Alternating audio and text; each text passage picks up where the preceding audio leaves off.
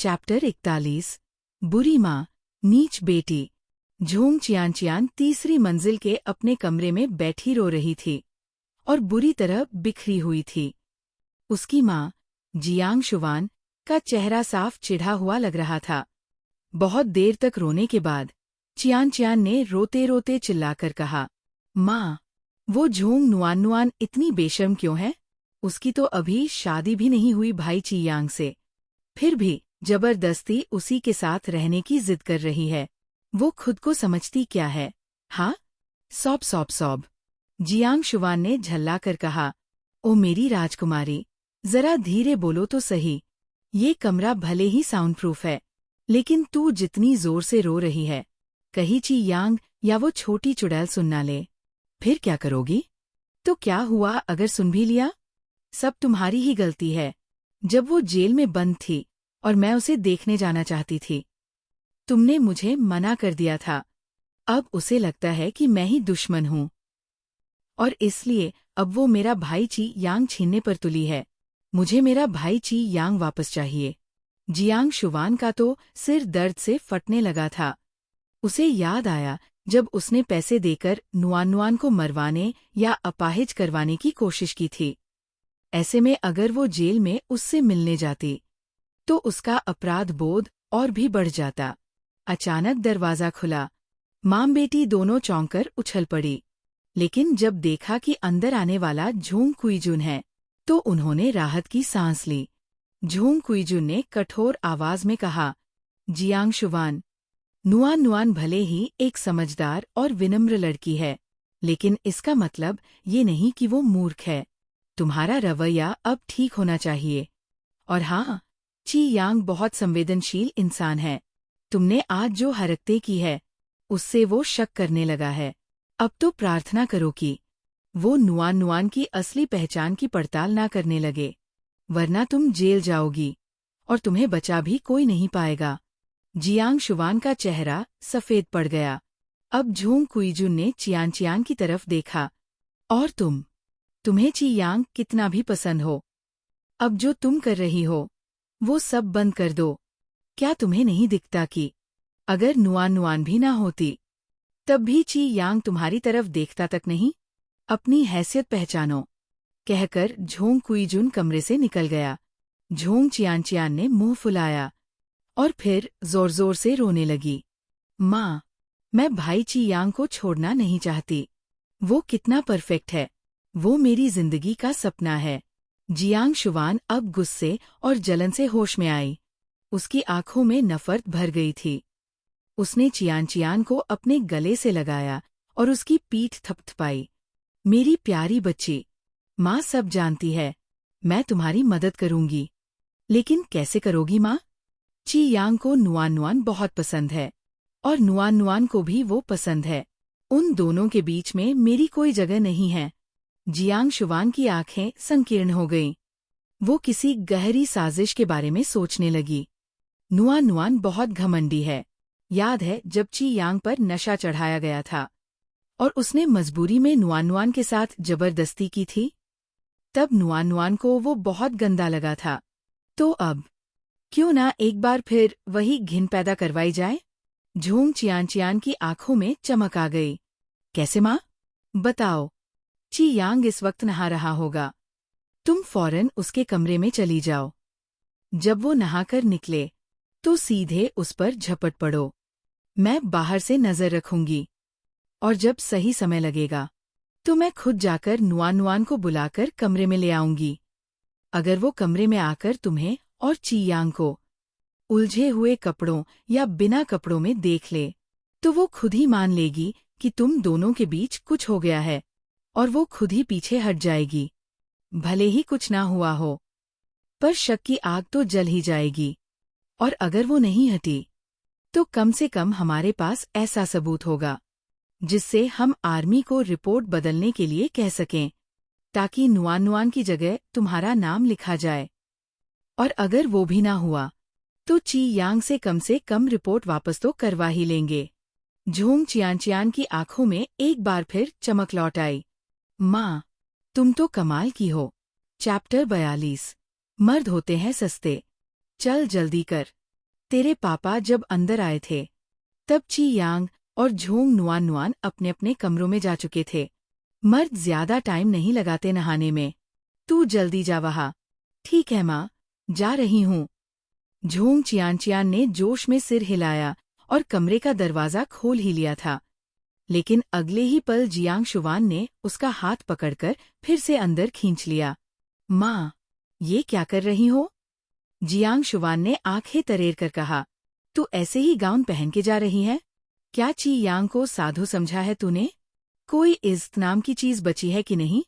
Zhong Chiyaan, जल्दी जा और कपड़े बदल के आ। ऐसी बेवकूफी की बातें मत कर। ओ, अभी आती हूँ।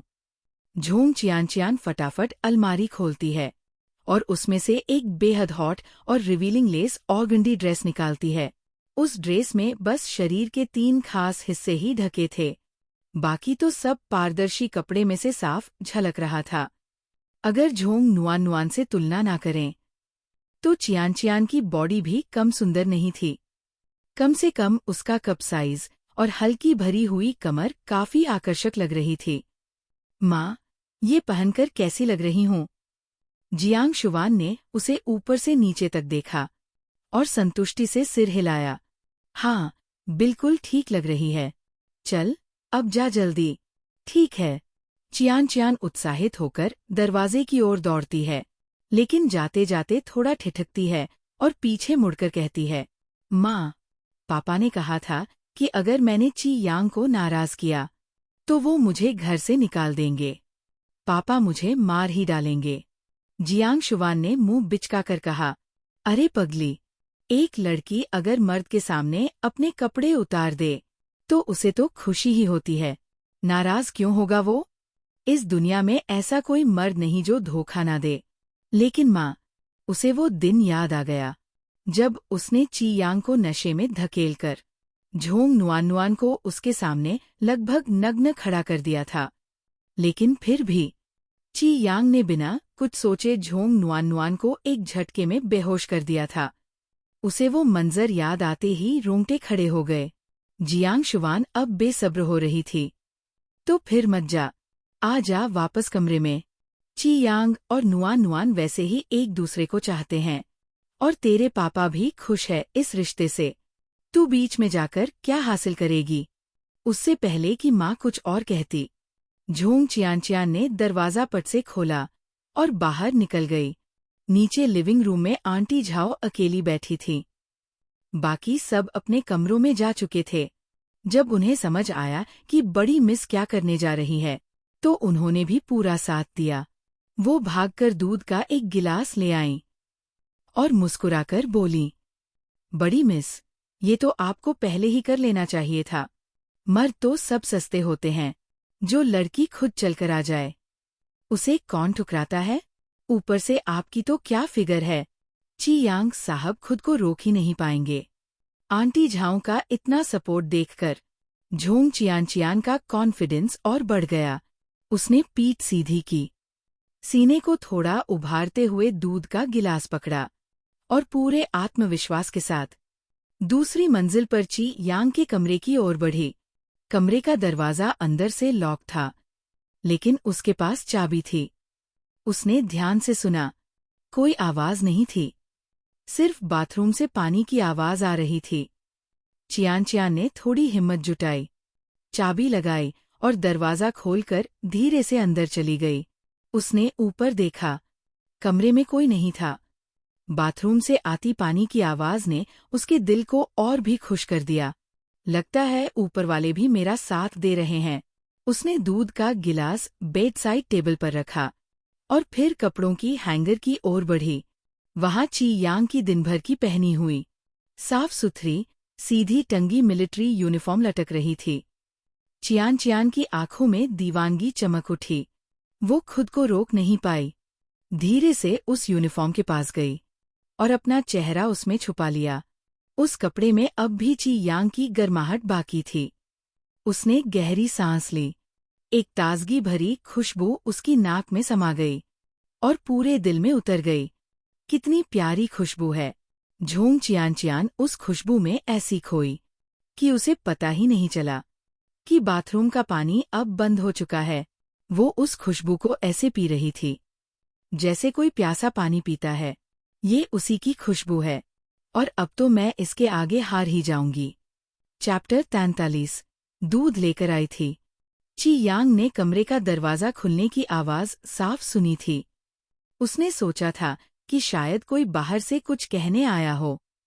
वो बाथरोब पहनकर बाहर झांकने ही वाला था, लेकिन फिर दिमाग में ख्याल आया, इतनी रात को मेरे कमरे का दरवाजा और कौन खोलेगा? जरूर नुआन नुआन ही आई होगी। उसे लगा, अब जब नुआन नुआन और उसके बीच सब साफ है, तो शायद वो उससे मिलने आई है। उसे ये बिल्कुल भी नहीं लगा कि झोंग चियान हो सकती है, क्योंकि थोड़ी देर पहले ही वो अपने बाप से डांट खाकर काफी शर्मिंदा लग रही थी। इसी सोच में ची यांग ने पूरा बाथरोब नहीं पहना, बल्कि बस कमर पर एक छोटा सा तौलिया लपेटा, जो मुश्किल से जरूरी हिस्सा ढक रहा था। फिर उसने शीशे में अपनी टोन बॉडी को एक नजर देखा। चेहरे पर हल्की सी संतुष्टि की मुस्कान आई और फिर वो बाहर निकल गया। लेकिन जैसे ही बाहर आया, उसे वहां झोंग नुआन नुआन नहीं, बल्कि झोंग चियान खड़ी मिली। वो भी एक बेहद भड़काऊ, लगभग पारदर्शी लेस और गंदी ड्रेस में, जो उसके शरीर का लगभग सब कुछ दिखा रही थी। वो लड़की उसके कमरे में खड़ी होकर उसकी मिलिट्री यूनिफॉर्म को अजीब तरीके से सूंघ रही थी।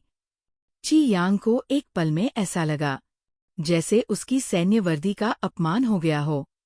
उसकी आंखों में गुस्से की आग भड़क उठी। एक फौजी के लिए सबसे बड़ा अपराध होता है उसकी वर्दी का अपमान, और आज वही हो रहा था उसके सामने। तू कर क्या रही है? ची यांग की आवाज जैसे नर्क के किसी अंधेरे कुएं से आई हो, गहरी, ठंडी और डरावनी। झोंग चियान चीख पड़ी उस गूंजती हुई आवाज से। उसने जैसे ही ची यांग का चेहरा देखा, एकदम स्याह, भयंकर गुस्से से भरा, उसका शरीर कांपने लगा। नवंबर का महीना चल रहा था। जियांग डिस्ट्रिक्ट में दिन का तापमान भी 15 डिग्री से नीचे गिर चुका था। रात को तो और भी ठंड पड़ती थी। झोंग परिवार ने तो हीटर भी चला रखा था, लेकिन ची यांग को ठंड लगती ही कहाँ थी? वो तो खुद आग जैसा था। कमरे में आते ही उसने हीटर बंद कर दिया था। कमरे का तापमान पहले ही नीचे था, और ऊपर से झोंग चियान ने इतनी पारदर्शी ड्रेस पहनी थी कि वो तो पहले से ही कांप रही थी। अब उस पर ची यांग का यह ठंडा, लेकिन क्रोधित और घातक रूप उसके लिए जैसे मौत का फरमान बन गया। ची यांग की आंखें ऐसी लग रही थीं जैसे कोई हजारों साल पुरानी जमी हुई झील से एक असुर बाहर निकला हो। झोंग चियान के घुटनों में जान ही नहीं बची थी। वो थर-थर कांप रही थी। लेकिन उफ, ची यांग का बदन कितना जबरदस्त था। पिछली बार जब उसने उसे ड्रग दिया था, तो वो तो बेहोश ही हो गई थी। उसे ची यांग को ठीक से देखने का मौका ही नहीं मिला था, लेकिन आज वो उसे सामने से बिना कपड़ों के देख रही थी। सिर्फ एक छोटा तौलिया कमर पर, बाकी पूरा बदन खुला हुआ। क्या मर्द ऐसे भी होते हैं? इतना हैंडसम, इतना सफल, इतनी बेहतरीन बॉडी, और अपनी औरत से इतना प्यार करने वाला? झोंग चियान तो उसी पल उसके कदमों में मरने को तैयार थी। उसे लगा, काश वो झोंग नुआन बन पाती, काश नुआन की जगह वो होती। वो डर तो रही थी, कांप भी रही थी, लेकिन शर्म से भागी नहीं।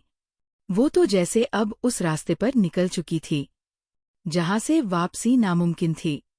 भैया चियांग, उसने धीरे से कहा, मैं आपको दूध देने आई हूं। निकालो इसे बाहर।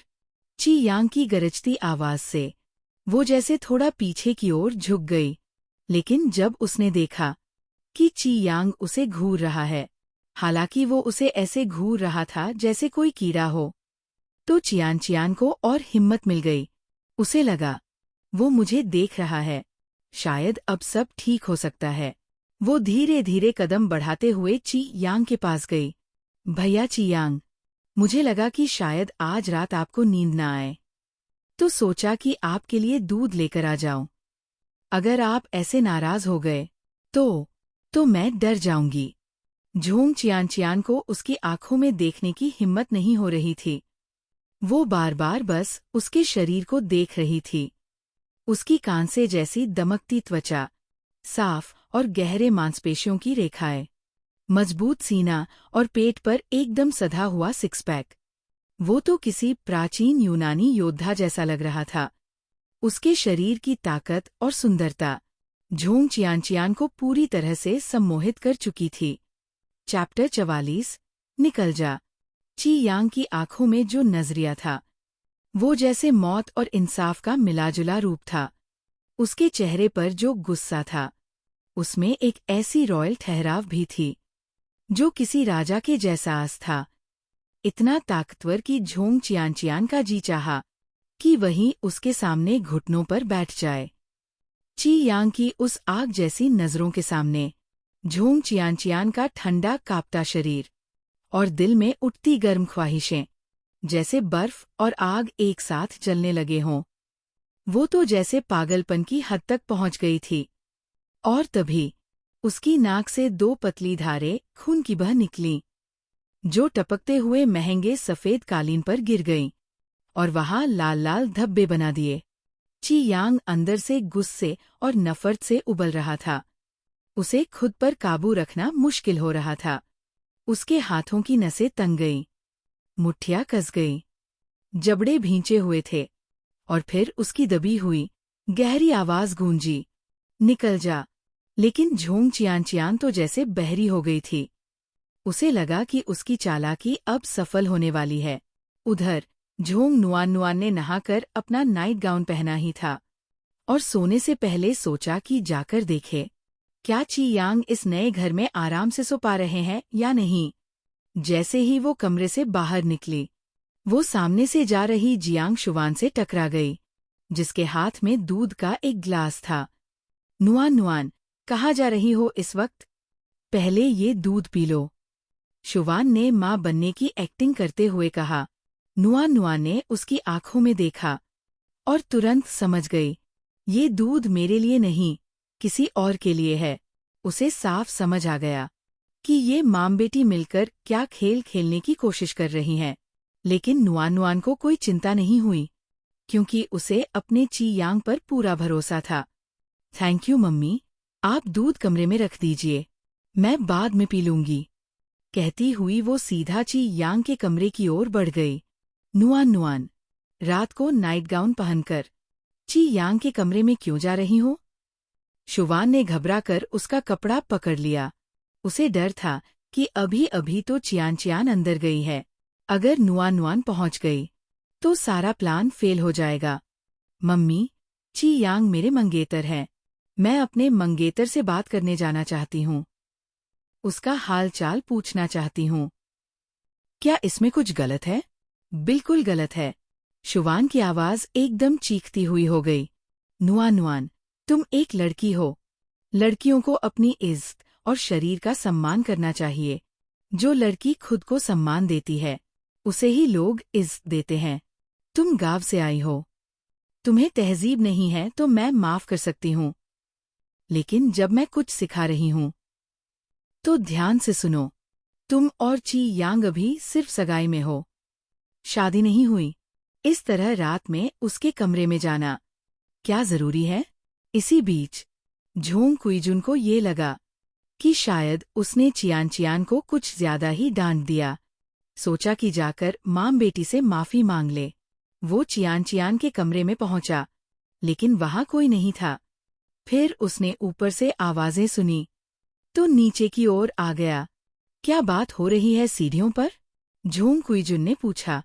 जैसे ही शुवान ने अपने पति को देखा, उसका चेहरा हरा पड़ गया। आंखों में झिझक और डर साफ झलक रहा था। कुईजुन को एकदम से बुरा एहसास हुआ कि कुछ गड़बड़ जरूर है। पापा, नुआन ने कहा, मैं बस ची यांग से थोड़ी बात करना चाहती थी, लेकिन मम्मी बार बार रोक रही हैं। उनका कहना है कि रात को लड़कियों को लड़कों से बात नहीं करनी चाहिए, वरना वो अपनी इज्जत खो देती है। कुईजुन ने गुस्से में शुवान की तरफ देखा। शुवान ने नजरें चुराते हुए घबराते बराते कहा, नुआन नुआन, तुम मेरी बेटी हो। मैं तुम्हें जिंदगी के बारे में सिखाना चाहती हूँ। इसमें गलत क्या है? तुम जियांग ग्रुप की यंग मिस्ट्रेस हो। जब भी तुम बाहर जाती हो, तुम्हारा हर बोलना और हर काम झोंग और जियांग परिवार की इज्जत से जुड़ा होता है। मैं तुम्हारे भले के लिए ही समझा रही थी। नुआन नुआन की आंखों में कोई डर नहीं था। उसका जवाब सीधा और तीखा था। तो मम्मी, आपको लगता है कि मैं वो लड़की हूँ जो सबके सामने शर्मिंदगी लाती है, जिसे अपने शरीर और आत्मसम्मान की कदर नहीं है? मैं आपके हिसाब से परिवार के लिए बदनामी का कारण हूँ। चैप्टर 45। ची यांग मुझे मारना चाहता है। देखो, भले ही ये कोई बहुत बड़ी बात नहीं है, जियांग शुवान ने धीमे लेकिन व्यंग्य भरे लहजे में कहा, पर एक लड़की का आधी रात को सिर्फ नाइट गाउन पहनकर किसी मर्द के कमरे में जाना, ये तो किसी भी एंगल से ठीक नहीं लगता। क्या मैं सही कह रही हूँ, मिस्टर झोंग? झोंग कुईजुन ने ये सुनकर ज्यादा भाव नहीं दिया। उसे सच में ये कोई बड़ी बात नहीं लगी। नुआन नुआन और ची यांग की शादी की रिपोर्ट ऊपर से पास हो चुकी है। अब जब शादी तय ही है, तो उसे इस तरह रोकना टोकना कुछ ज्यादा ही सख्ती हो रही है। फिर उसने नुआन नुआन की तरफ देखा और कहा, बेटा, तुम्हें अभी लग सकता है कि तुम्हारी माँ थोड़ी ज्यादा टोक रही है, लेकिन एक लड़की को थोड़ी बहुत मर्यादा तो रखनी चाहिए। रात बहुत हो चुकी है और ची यांग पूरे दिन ड्यूटी में व्यस्त था। उसे आराम की जरूरत है। कल सुबह हमें वापस बेस लौटना है। अगर तुम सच में उससे बात करना चाहती हो, तो बस थोड़ी देर बात कर लो, ठीक है? जियांग शुवान के चेहरे का रंग उड़ गया। उसे बिल्कुल अंदाजा नहीं था कि उसका पति इतनी आसानी से नुआन नुआन को अंदर जाने की इजाजत दे देगा। लेकिन हैरानी की बात ये हुई, नुआन नुआन वहीं रुक गई। फिर उसने धीरे से कहा, पापा, अगर मम्मी सच में इतनी ही सख्त है, तो क्या वो झोंग चियानचियान को भी यही सीख देंगी? चलिए, मान लिया कि वो उनकी सगी बेटी नहीं है, पर कम से कम उसने उन्हें माँ कहकर बुलाया है। बचपन से उनके साथ ही बड़ी हुई है, तो माँ होने के नाते क्या उनकी ये जिम्मेदारी नहीं बनती कि वो उसे भी थोड़ा आदर सम्मान सिखाए? झोंग कुईजुन रुक गया। उसका चेहरा थोड़ा सख्त हो गया। ये क्या कह रही हो? क्या मतलब है तुम्हारा? नुआ नुआ ने गहरी सांस ली और कहा, पापा, मुझे अभी अभी ची यांग के कमरे से किसी लड़की की चीख सुनाई दी। मुझे लगता है कि वो चियान की आवाज थी। क्या? झोंग कुईजुन का चेहरा एकदम स्याह पड़ गया। उसने तुरंत जियांग शुवान की तरफ देखा और उसके चेहरे पर साफ डर और घबराहट दिख रही थी। पापा, मुझे ची यांग की नेचर बहुत अच्छे से पता है। जब पिछली बार चियान ने अपने कपड़े उतारकर उसे बहकाने की कोशिश की थी, तब भी उसने उसका कोई फायदा नहीं उठाया। इसलिए अगर वो सच में ची यांग के कमरे में गई भी होगी, तो भी मुझे पूरा यकीन है कि ची यांग ने कुछ गलत नहीं किया होगा। लेकिन चियान एक नहीं, कई बार मेरे मंगेतर को फंसाने की कोशिश कर चुकी है, और अब मेरा सब्र खत्म हो गया है। अगर रात को अपने मंगेतर से बात करना बदतमीजी माना जाता है, तो एक औरत का कपड़े उतारकर उसे बहकाने जाना क्या कहलाएगा? मैं अब तक उसे बर्दाश्त करती रही, क्योंकि वो मेरी बहन है, पर अब बहुत हो चुका है। इसलिए मैं चाहती हूँ कि माँ और आप उस लड़की को कुछ सिखाए। आखिर वो भी तो जियांग ग्रुप की यंग मिस्ट्रेस है, और उसका हर कदम झोंग और जियांग परिवार की इज्जत से जुड़ा होता है ना? और हाँ, अगर आप दोनों को अपनी उस बेटे पर कुछ बोलने का मन नहीं है, तो मैं ही इस घर से चली जाती हूँ। मुझे पूरा यकीन है कि आर्मी बेस में मुझे पूरी जगह मिलेगी। आखिरकार मैं एक फ्यूचर मिलिट्री वाइफ हूँ। झोंग कुईजुन और जियांग शुवान दोनों के चेहरे एकदम काले पड़ गए। झोंग कुईजुन को गुस्सा आ रहा था अपनी बीवी और बेटी की हरकतों पर, जबकि शुवान को गुस्सा चढ़ा नुआन नुआन की इस बात पर। ये तो सीधा धमकी थी। अगर नुआन नुआन सच में आर्मी बेस में जाकर रहने लगी तो चियान चियान का सपना पूरा नहीं होगा। आए! एक जोरदार चीख कमरे से फिर से आई। झोंग कुईजुन का चेहरा अब लोहे की तरह काला हो गया। वो गुस्से से दरवाज़ा धक्का मारकर खोल बैठा और जो उसने अंदर देखा उसके चेहरे का रंग काले से एकदम सफ़ेद पड़ गया। चियांग, रुक जाओ! जियांग शुवान चिल्लाई और तेजी से उस तरफ दौड़ी जहां ची यांग किसी को हवा में उठाकर पकड़े हुए था। ची यांग, ये क्या कर रहे हो? ची यांग की आंखों में एक तेज गुस्सा चमका। जैसे ही उसने शुवान को आते देखा उसने उस इंसान को जैसे कोई कचरे का बोरा हो जमीन पर फेंक दिया। धड़ाम! वो इंसान कोई और नहीं, झोंग चियान चियान थी। उसकी आंखों में डर और दहशत भरी थी। उसे गिरने से बहुत चोट लगी थी, पर दर्द की चिंता छोड़ वो कांपती हुई जियांग शुवान से लिपट गई। मम्मी, मम्मी, बचाओ, बचाओ मुझे, वो मुझे मार डालेगा। Hook hook hook. चैप्टर 46। मैंने कुछ नहीं किया। झोंग चियान चियान का खून से लथपथ चेहरा देखकर जियांग शुवान का अच्छी माँ वाला ड्रामा वही खत्म हो गया। अब उसे नुआन नुआन के सामने अपना अच्छा रूप दिखाने की कोई परवाह नहीं रही। वो गुस्से में ची यांग की ओर दौड़ी और जोर से चिल्लाई, ची यांग, क्या तुम मर्द हो भी या नहीं? एक लड़की पर हाथ उठाते हुए शर्म नहीं आई? तुम तो हद ही पार कर रहे हो। चुप कर जाओ तुम।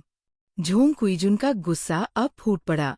उसे ऐसा लग रहा था मानो अभी अपनी बीवी को लात मारकर बाहर फेंक दे। आर्मी बेस में कई फीमेल सोल्जर्स थीं जो ची यांग को पसंद करती थी, लेकिन कोई भी उसके करीब जाने की हिम्मत नहीं करता था। क्यों? क्योंकि ची यांग का गुस्सा पूरे बेस में कुख्यात था। इसीलिए तो लोग उसे गॉड ऑफ डेथ कहते थे। कोई भी औरत अगर उससे फ्लर्ट करने की कोशिश करती तो या तो वो उसे डांट देता या फिर सीधे रिपोर्ट में डिमेरिट चढ़ा देता। कुछ मामलों में उसने फीमेल सोल्जर्स को आर्मी से बाहर भी निकाल फेंका था, बिल्कुल भी पछताए बिना। ची यांग उन मर्दों में नहीं था जो किसी औरत की चापलूसी से पिघल जाए। उसका नाम सुनते ही लोग सहम जाते थे। झोंग कुईजुन, तुम मुझे चुप रहने को बोल रहे हो।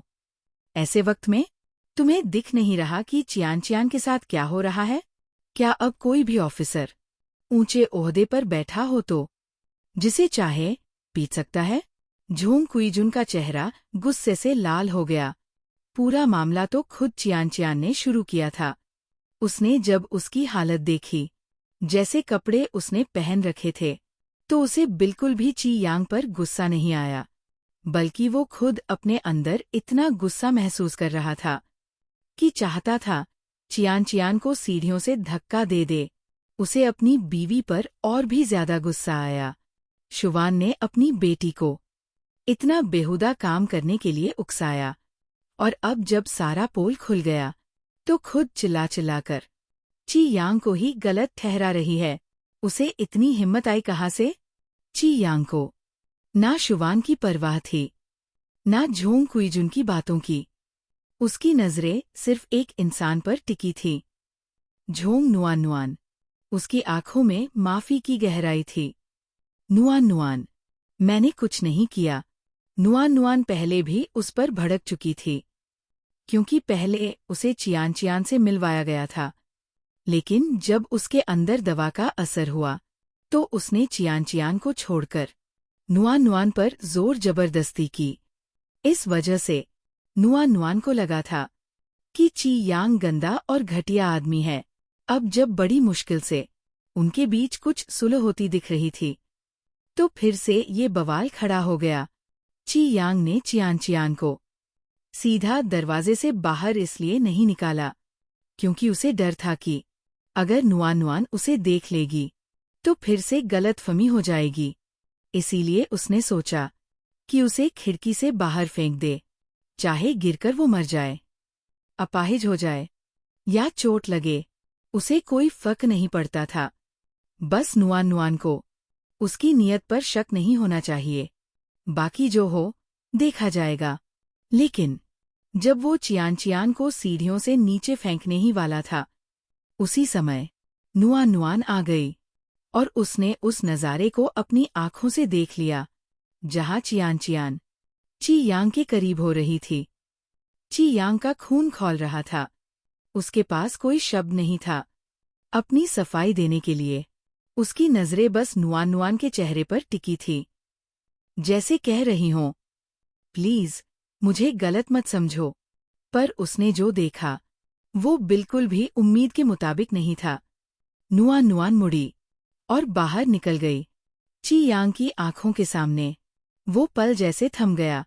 उसे ऐसा लगा जैसे किसी ने उसका सीना चीर दिया हो, उसका दिल निकालकर हाथ में लेकर तोड़मरोड़ दिया हो। उसे इतनी तकलीफ हुई कि उसका चेहरा एकदम सफेद पड़ गया। झोंग कुईजुन ने ये सब देखा तो उसके मन में ख्याल आया कि कैसे वो नुआन को समझाए कि वो ची यांग से नाराज ना हो। तभी उसने देखा कि नुआन ची यांग के बाथरूम से बाहर आ रही है। उसके हाथ में एक गीला तौलिया था। ची यांग हक्का बक्का रह गया। उसे खुद पर यकीन नहीं हुआ कि वो जो देख रहा है वो सच में हो रहा है।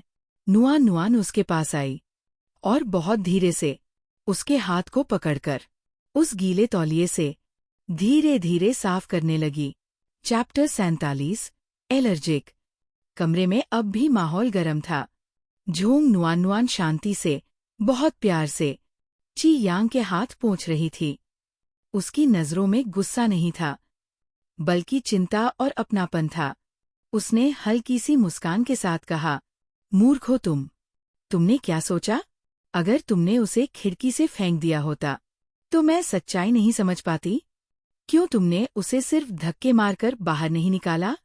ऐसे गंदे इरादों वाली लड़की को छूकर अपने ही हाथ क्यों गंदे कर लिए? कम से कम तुम्हें उसे छूने की जरूरत तो नहीं पड़ती, ना ही उस घिन से गुजरना पड़ता जो अब महसूस कर रहे हो। वो एक हाथ पहुंच चुकी थी, अब धीरे से दूसरे हाथ की तरफ बढ़ी, बिल्कुल ममता भरे स्पर्श से, जैसे कोई माँ अपने बच्चे का ख्याल रखती है। जब दोनों हाथ साफ हो गए तो उसने ची यांग की तरफ देखा और प्यार से पूछा, और कहा अजीब लग रहा है? मैं सब साफ कर दूंगी। अब यहाँ आपको एक बात जाननी जरूरी है। ची यांग को एलोडिनिया नाम की एक बीमारी है, यानी अगर कोई ऐसी औरत उसे छू ले जिससे वो नफरत करता है या जिसे पसंद नहीं करता, तो उसे एलर्जी हो जाती है। छोटे स्तर पर उसे घिन होती है, पर अगर बहुत बुरा हुआ तो उसे उल्टियाँ तक हो सकती है, या उसका ब्लड प्रेशर भी खतरनाक रूप से बढ़ सकता है। ची यांग तो जैसे स्तब्ध खड़ा था। उसे यकीन ही नहीं हो रहा था कि ये सब हो क्या रहा है। उसने सोचा था कि नुआन उससे नफरत करेगी, उसे खरी खोटी सुनाएगी, उस पर चिल्लाएगी, लेकिन यहाँ तो कहानी ही कुछ और चल रही थी। जब नुआन ने उसके हाथों पर लाल लाल चकत्ते देखे तो वो तुरंत सतर्क हो गई। आंटी झाओ, एलर्जी वाली दवा ले आइए, उसने आवाज लगाई। आंटी झाओ, जो अब तक नुआन को ज्यादा पसंद नहीं करती थी, अब कुछ बोलने की हिम्मत नहीं कर पाई। वो फौरन दवा की ट्यूब लाकर नुआन को थमा दी। नुआन ने क्रीम ट्यूब से थोड़ा मरहम निकाला और बहुत ही प्यार से ची यांग के चकत्तों पर थपथपाकर लगा दिया। उसके हाथों की नरमी और स्पर्श में ऐसा अपनापन था कि ची यांग का दिल जो अभी अभी टूटने के कगार पर था, अब जैसे फिर से जिंदा हो गया। उसके मन में जो भावनाओं का तूफान चल रहा था वो बाहर नहीं लाना चाहता था। वो बहुत मुश्किल से अपनी मुस्कान छुपा रहा था, लेकिन फिर भी दिल से बहुत ही राहत महसूस कर रहा था। धीरे से पूछा, तुम्हें कैसे पता चला? नुआन ने शरारत से मुस्कराते हुए जवाब दिया, अरे वाह, तो तुम मुझे जान सकते हो, पर मैं तुम्हें नहीं। मुझे पता है, तुम्हें एलर्जी हो जाती है जब तुम्हें कोई ऐसी औरत छूती है जिसे तुम पसंद नहीं करते। चिंता मत करो, मैं तुम्हें गलत नहीं समझूंगी। तुम्हें उससे नफरत है, अंदर से भी और बाहर से भी, तो ऐसे में तुम दोनों के बीच कुछ भी हो ही नहीं सकता। उसके ये शब्द सुनकर जियांग शुवान का खून खौल उठा। वो गुस्से से चीख पड़ी, चियांग, झोंग परिवार ने तुम्हारे साथ क्या बुरा किया है? हमने तुम्हें कियान कियान से मिलवाया और तुमने नुआन नुआन पर जोर जबरदस्ती की। अब जब तुम और नुआन नुआन ने शादी की अर्जी जमा कर दी है, तो तुम हमारी कियान कियान के साथ ऐसा सुलूक कर रहे हो? इस पर क्या कहोगे? चियांग की आंखें अब संकरी हो गईं। उसका चेहरा गुस्से से सख्त हो गया था। झोंग कुईजुन समझ गया कि बात हाथ से निकल रही है। वो कुछ बोलने ही वाला था कि नुआन नुआन ने पहले ही अपनी माँ की बात काट दी। माँ, आप कहना क्या चाहती हैं? आप चियांग से क्या कहलवाना चाहती हैं? जियांग शुवान ने भी अपना पैंतरा नहीं छोड़ा। नुआन नुआन, तुमने देखा नहीं? वो दोनों कमरे में अकेले थे और चियांग बिल्कुल नंगे थे। क्या उसे कियान कियान को कोई जवाब नहीं देना चाहिए? नुआन नुआन अब और भी ठंडी आवाज में बोली, माँ, क्या आपकी आंखें खराब हो गई हैं? ये कमरा चियांग का है। यहाँ अगर कोई गलत था, तो वो कियान कियान थी, जिसने जानबूझकर ऐसे कपड़े पहन रखे थे। अगर कोई बलात्कारी किसी के घर में रात को घुस आए, तो क्या पुलिस पीड़िता को ही दोषी ठहराएगी कि उसने भड़काऊ कपड़े क्यों पहने थे? क्या फिर बलात्कारी को सफाई देने का मौका मिलेगा? माँ, आपने हमेशा मुझे ताना दिया कि मैं किसान के घर की लड़की हूँ और मेरे पास कोई क्लास नहीं है। आप मुझे आदर सम्मान का पाठ पढ़ाती थी। मैं सोचती थी कि आप और कियान कियान जैसी अमीर घरों की महिलाएं वाकई में ऊंचे दर्जे वाली होती हैं, पर अब तो लग रहा है कि आप सिर्फ दिखावा कर रही थी। यहाँ असली पीड़ित कौन है, ये साफ है। फिर भी आप चियांग से जवाब मांग रही हैं, जैसे उसने कोई गुनाह किया हो। क्या आपको पुलिस बुलानी है? जियांग शुवान बौखला गई। झोंग नुआन नुआन, कियान कियान तुम्हारी बहन है। तुम उसके बारे में ऐसा कैसे बोल सकती हो? उसने तो बस दूध देने की कोशिश की थी और तुम उसे बलात्कारी कह रही हो? नुआन नुआन ने तीखी मुस्कान के साथ कहा, तो क्या अब दूध देने के लिए अपना जिस्म बेचना भी जरूरी हो गया? क्या आपने कभी कोई दूध देने वाली को देखा है जो लेस वाले सेक्सी कपड़े पहनकर डिलीवरी करने आती है? यहाँ तक कि नाइट क्लब में अपना जिस्म बेचने वाली लड़कियां भी ऐसे भड़काऊ कपड़े पहनने से कतराएंगी। कियान कियान क्या दूध देने आई थी या अपना दूध खुद लेकर आई थी? जियांग शुवान, काटो तो खून नहीं। चैप्टर 48, औरत को सबक सिखाना। जोंग नुआन नुआन का चेहरा गुस्से से लाल था। उसने ठंडी और सीधी आवाज में अपनी माँ से कहा, माँ, क्या आपको पता है कि अब कानून में औरतों के लिए भी बलात्कार की सजा है? एक औरत द्वारा किसी मर्द पर जबरदस्ती करना भी अपराध है। जोंग चियान ने जो किया है, वो बलात्कारी जैसी हरकत ही थी। उसे तो शुक्र मनाना चाहिए कि चियांग उस पर केस नहीं कर रहा, वरना उसकी इज्जत का जनाजा निकल जाता। और आप हो कि उल्टा उससे सफाई मांग रही हो। जैसे ही नुआन नुआन ने ये कहा, जियांग शुवान अपना आपा खो बैठी। जोंग नुआन नुआन, उसने जोर से चिल्लाते हुए पूरा नाम पुकारा, और अब उस माँ वाली मिठास का कोई नामोनिशान नहीं था। तभी जोंग कुईजुन, नुआन नुआन के पिता, भी गुस्से से फट पड़ा। बस करो, ये तमाशा बहुत हो गया। तुम दोनों माम बेटी ने मुझे पूरी तरह शर्मिंदा कर दिया है। अब और बर्दाश्त नहीं होगा। अपनी बेटी को ले जाओ और यहाँ से निकलो। उसकी गरजती आवाज से पूरा कमरा सन्न हो गया, लेकिन जियांग शुवान अभी भी चुप होने वाली नहीं थी। उसने गुस्से से कहा, जोंग कुईजुन, चियान तुम्हारी बेटी है। एक मर्द ने तुम्हारी बेटी को पीटा और तुम चुप हो? ऊपर से उल्टा हम पर चिल्ला रहे हो। क्या तुम्हें खुद को बाप कहने का कोई हक है? नुआन नुआन बीच में कूद पड़ी। चियांग ने उसे नहीं मारा है। जियांग शुवान ने ताना मारा। नहीं मारा? क्या तुम अंधी हो? देखो उसके चेहरे पर कितना खून बह रहा है। नुआन नुआन ने पलटकर ऐसा जवाब दिया कि सब हैरान रह गए।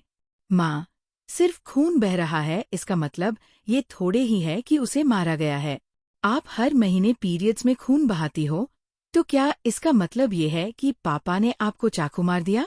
जियांग शुवान गुस्से से कांपने लगी। नुआन नुआन, क्या माँ से ऐसे बात करते हैं? नुआन नुआन ने फिर जोरदार जवाब दिया। क्या मैंने कुछ गलत कहा? जरा गौर से देखो, जोंग चियान के चेहरे पर एक भी चोट का निशान है क्या? नहीं, बस नाक से खून बह रहा है। और इतनी ठंडी रात में बिना हीटर के, वो भी ऐसे कपड़ों में? उसकी नाक से खून क्यों निकला, ये वही जानती है। और रही बात माँ से बात करने के तरीके की, तो पापा, आप तो हमेशा कहते थे कि ये मेरी सगी माँ है, लेकिन आज देख लीजिए, क्या कोई सगी माँ ऐसे बर्ताव करती है अपनी बेटी से? अब जोंग कुईजुन का सिर फटने लगा था। इन दोनों जोरदार और जिद्दी औरतों की लड़ाई ने उसे परेशान कर दिया था। और अब तो नुआन नुआन ने माँ बेटी के रिश्ते पर ही सवाल खड़ा कर दिया था। जियांग शुवान ने अब एक नया ड्रामा चालू कर दिया। नुआन नुआन, चियान चियान तुम्हारी बहन है, वो मार खा गई, और तुम्हें जरा भी दुख नहीं हुआ? नुआन नुआन ने एकदम साफ शब्दों में कहा, नहीं, मुझे जरा भी दुख नहीं हुआ, बल्कि मुझे लगता है कि उसे उसी की करनी का फल मिला है। जो करेगा वही भरेगा। और मैंने पहले ही कहा कि उसके नाक से खून बहा है, उसे किसी ने मारा नहीं है। आप यूं झूठ बोलकर ची यांग को बदनाम मत करो। इसी बीच ची यांग, जो अब तक चुपचाप सब देख रहा था, अपने बैग से दस्ताने निकालकर पहनने लगा। उसकी आंखों में एक ठंडा, गहरा और खतरनाक गुस्सा था। वो चुपचाप नुआन नुआन के आगे से निकलकर जोंग चियान के सामने आ गया। चियान, जो अभी तक सदमे में थी क्योंकि ची यांग ने उसे पहले दूसरी मंजिल से फेंकने की कोशिश की थी, अब डर के मारे कांपने लगी। जैसे ही उसने ची यांग को अपने सामने आते देखा, उसके होश उड़ गए। वो डर के मारे अपनी माँ जियांग शुवान के पीछे छुप गई। ची यांग की आंखों में ऐसा गुस्सा था जैसे वो सब कुछ जला सकता हो। जियांग शुवान, जो अभी तक ची यांग से जवाब मांग रही थी, अब उसकी आंखों में झांकने की भी हिम्मत नहीं कर पा रही थी। उसके बदन में सिहरन दौड़ गई। कांपते हुए बोली, तुम क्या करने वाले हो? ची यांग ने बर्फ जैसी आवाज में कहा, मैंने पहले ही कहा था कि मैंने उसे नहीं मारा। लेकिन अगर तुम सबको लगता है कि मैंने मारा है, तो फिर इस इल्जाम को झूठा क्यों झेलूं? ये कहते ही उसने अपने दस्ताने पहने हाथों से चियान के बालों को पकड़ लिया और जोर से खींचकर उसके सिर को बगल में रखी अलमारी पर दे मारा। धड़ाम!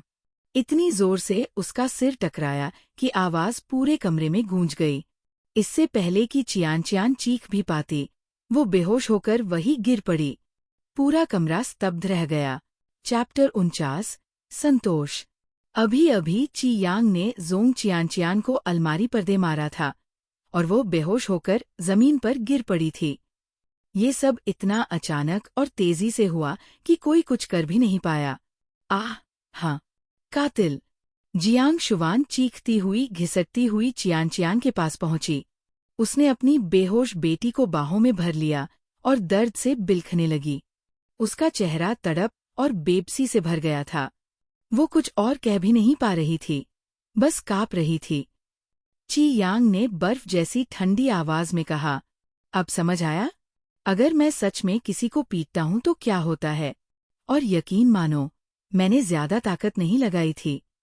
अगली बार अगर तुम्हारी बेटी ने ऐसी हरकत की, तो मैं ये वादा नहीं कर सकता कि वो बिना किसी नुकसान के उठ पाएगी। जियांग शुवान की रूह कांप गई। ची यांग के चेहरे पर जो खून जमा देने वाला गुस्सा था, उसकी मौजूदगी ही दम घोंट रही थी। उसका पूरा शरीर डर से सिहर गया। तभी अचानक जोंग कुईजुन बोल पड़ा, उसे मार खाना ही चाहिए था। सब चौंक गए।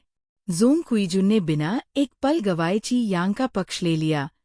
हो सकता है देखने में ऐसा लगा हो कि ची यांग ने बहुत ताकत से हमला किया, क्योंकि आवाज बहुत जोरदार थी।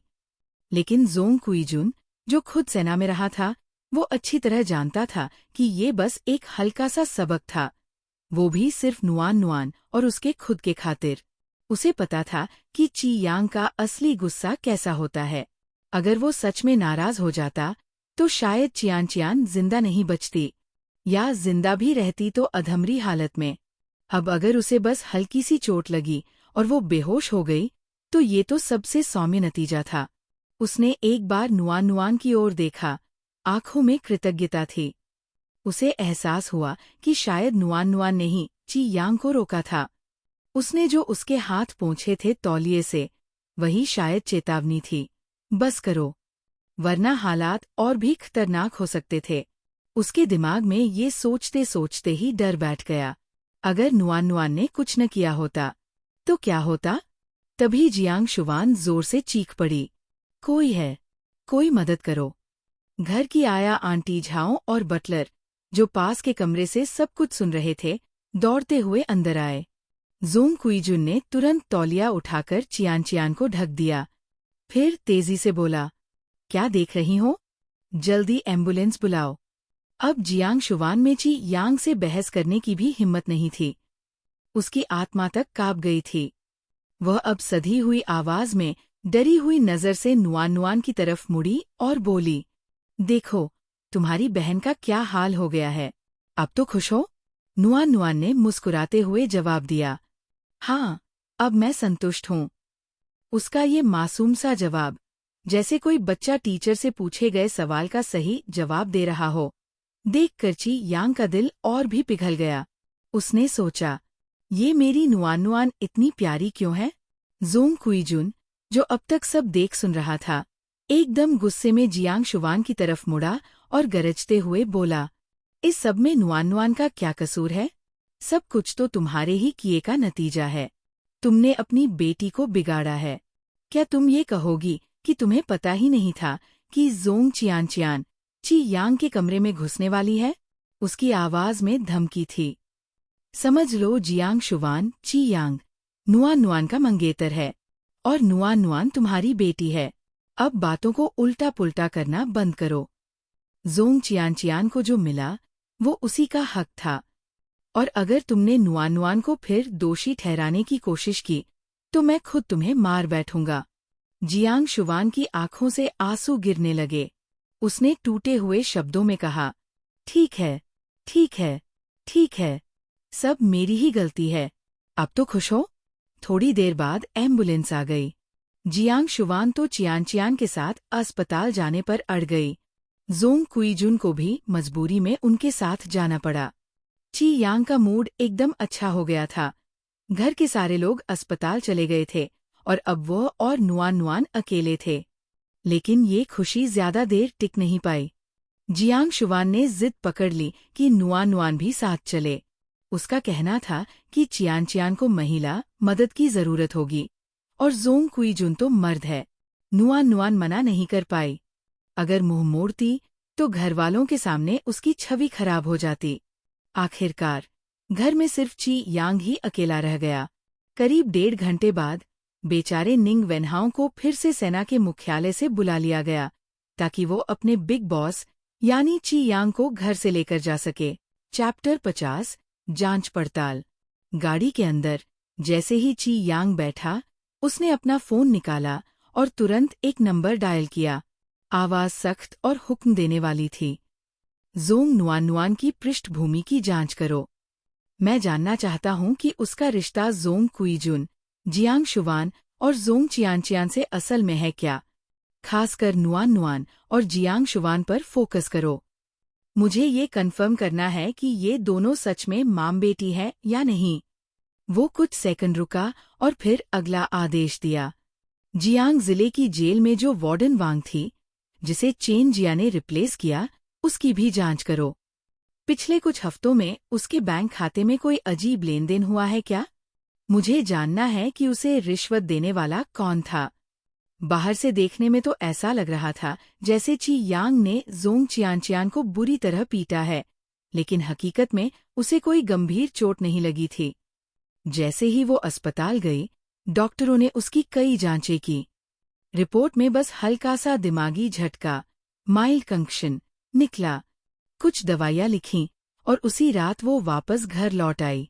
आधी रात जोंग फैमिली का घर एकदम शांत था। वो जो सुबह सुबह चहल पहल और शोरगुल रहता था, उसकी जगह एक डरावनी खामोशी ने ले ली थी। उसी सन्नाटे में एक परछाई रसोई घर की ओर बढ़ी। उसने एक बोतल दही वाला ड्रिंक, योगर्ट, उठाया और साथ ही एक कैंची भी। वो परछाई चुपचाप सीढ़ियां चढ़कर तीसरी मंजिल तक पहुंची। कैंची उसके हाथ में थी और मुंह में वो योगर्ट की स्ट्रॉ। पहले कमरे के सामने रुककर उसने अपने सिर से कुछ उतारा, शायद कोई हेयरपिन या तार, और उससे लॉक को छेड़ा। सिर्फ 2 सेकंड में दरवाज़ा खुल गया। वो परछाई अंदर गई और बिस्तर पर गहरी नींद में सोए व्यक्ति के बालों के कुछ लट कैंची से काट लिए। फिर उन बालों को एक जिप बैग में सहज कर रख लिया। इसके बाद वो दूसरे कमरे में गई और वही प्रक्रिया दोहराई। बाल काटे, बैग में रखे। काम खत्म करके वो नीचे अपने कमरे में लौट आई और दरवाज़ा धड़ाम से बंद कर दिया। लाइट बंद की और सो गई। घर में किसी को कानों कान खबर नहीं हुई। अगली सुबह जोंग चियानचियान घर पर ही आराम कर रही थी। उसने खुद को अपने कमरे में बंद कर लिया था और बाहर निकलने से इनकार कर दिया। जियांग शुवान ने कुछ नहीं कहा, लेकिन नुआन को साफ महसूस हो रहा था कि उसके मन में अब भी गुस्सा और जलन भरी थी। रात को जोंग कुईजुन ने जियांग शुवान और चियानचियान को अलग से बुलाकर कुछ बातें की। क्या कहा गया, ये किसी को नहीं पता चला, लेकिन अगली सुबह जब नुआन अपनी रनिंग करके लौटी और नाश्ते के लिए घर आई, तो उसने देखा कि जोंग चियानचियान सज-धज कर नीचे आई थी, सुंदर ड्रेस पहनकर, जैसे कुछ हुआ ही न हो। जैसे ही वो डाइनिंग टेबल पर बैठी, आंटी झाओ ने उसका नाश्ता फौरन, बड़े प्यार और सजावट से परोसा। नुआन ने एक नज़र उस सच संवरे नाश्ते पर डाली और फिर अपने नाश्ते की तरफ देखा। बिल्कुल सादा, बिना किसी ध्यान के परोसा गया। उसने चुपचाप सिर झुकाया और खाना शुरू कर दिया। तभी जोंग चियानचियान ने कहा, सॉरी। नुआन ने उसकी ओर देखा। चियानचियान के चेहरे पर बेमन की शर्मिंदगी और छुपा हुआ बदला झलक रहा था। लेकिन नुआन ने बस मुस्कराते हुए जवाब दिया, माफ़ी किस बात की मांग रही हो? जोंग चियानचियान के हाथ में पकड़े चम्मच और कांटे थोड़े और कस गए।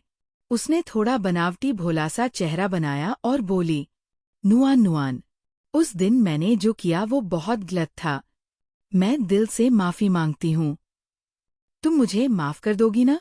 नुआन ने उसकी बात का सीधे जवाब नहीं दिया, बल्कि खुद एक सवाल पूछ लिया, क्या तुमने अब ची यांग को छोड़ देने का फैसला कर लिया है? जैसे ही ची यांग का नाम लिया गया, जोंग चियानचियान सिहर उठी। उसे याद आया, वो आदमी जिसने उसे बाल पकड़कर अलमारी में दे मारा था, जो उसे छत से फेंकने वाला था। उसकी रूह कांप उठी। किसी और आदमी ने उसके साथ कभी ऐसा सलूक नहीं किया था। अगर कोई और होता तो वो कब का हार मान चुकी होती, लेकिन वो ची यांग है, कमिनो देश का सबसे युवा कैप्टन, जिसकी बैकग्राउंड आज तक कोई नहीं जानता। उसकी एक लंबी लिस्ट है अच्छाइयों की, और वो सब उसकी हिंसा को नज़रअंदाज करने के लिए काफ़ी थी। लेकिन कल की घटना के बाद चियानचियान जानती थी कि अब और ज्यादा पीछा करना उसके लिए जानलेवा हो सकता है। उसने हल्की सी मुस्कान दी, बहुत धीमी, बहुत टूटी हुई, जैसे कोई कुम्हलाया हुआ सफ़ेद फूल जो ज़मीन पर गिर चुका हो।